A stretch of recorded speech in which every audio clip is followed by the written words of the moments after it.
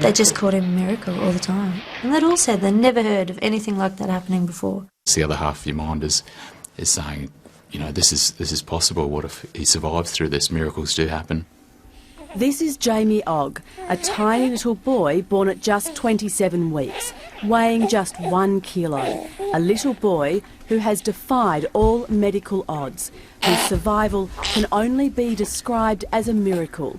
He should be dead. In fact, the doctor who delivered him pronounced him dead. Maybe he knew how much we'd wanted him for a long time. How lucky do you feel now that you've got him? Very lucky that we've got both of them. The 25th of March this year was both the best and worst day of Kate and David Ogg's lives. The day their eagerly awaited twins, Jamie and his baby sister Emily, were born. It had been 3 days of labour, and then all of a sudden they were there, and I was just waiting to be able to... I knew I wouldn't be able to hold them because they were so small. And the joy that we all held when they actually told us that it was a little boy. Oh, I wanted to throw cartwheels. But within minutes, the family's joy turned to sorrow when they learned baby Jamie was struggling to breathe. For 20 minutes, a team of doctors tried desperately to resuscitate him, but Jamie just didn't respond. He turned to look at me while his hands were still on the bed, and he said, "Have you chosen a name for your son?" And we said his name is going to be Jamie, and he turned around with him already wrapped up and said he'd lost him. I said, "Jamie didn't make it, we've lost him." And my mouth fell open. I was just devastated. That's probably the best way to describe it. It was quite a shock for both of us. It's the worst feeling I've ever felt. Overwhelmed with grief, Kate and David were given Jamie for a cuddle, to hold and say goodbye to the son they believed was dead. It's normal practice, but what happened was far, far from normal. I unwrapped him from his blanket, and he was very limp because it feels like you're going to drop him. His little arms and legs were just falling down away from his body, and I arranged him on my chest with his head over my heart.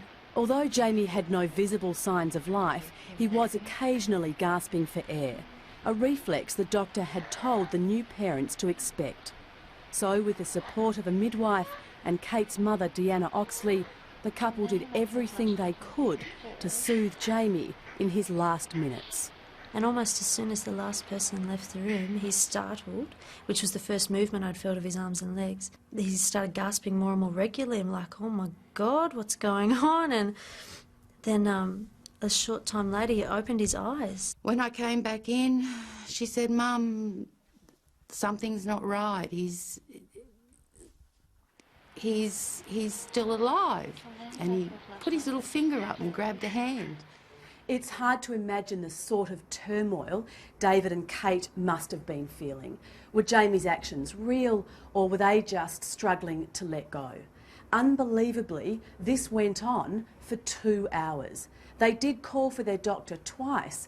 Both times he sent the midwife back, telling them Jamie's actions were just natural reflexes. There was no possible way he could still be alive. I remember looking at you at one stage going, "What if he lives?" And we were both giggling like kids, like, he might live. Like, we could be the luckiest people ever. This video, taken by a midwife, clearly shows Jamie's movements. But still, there were doubts.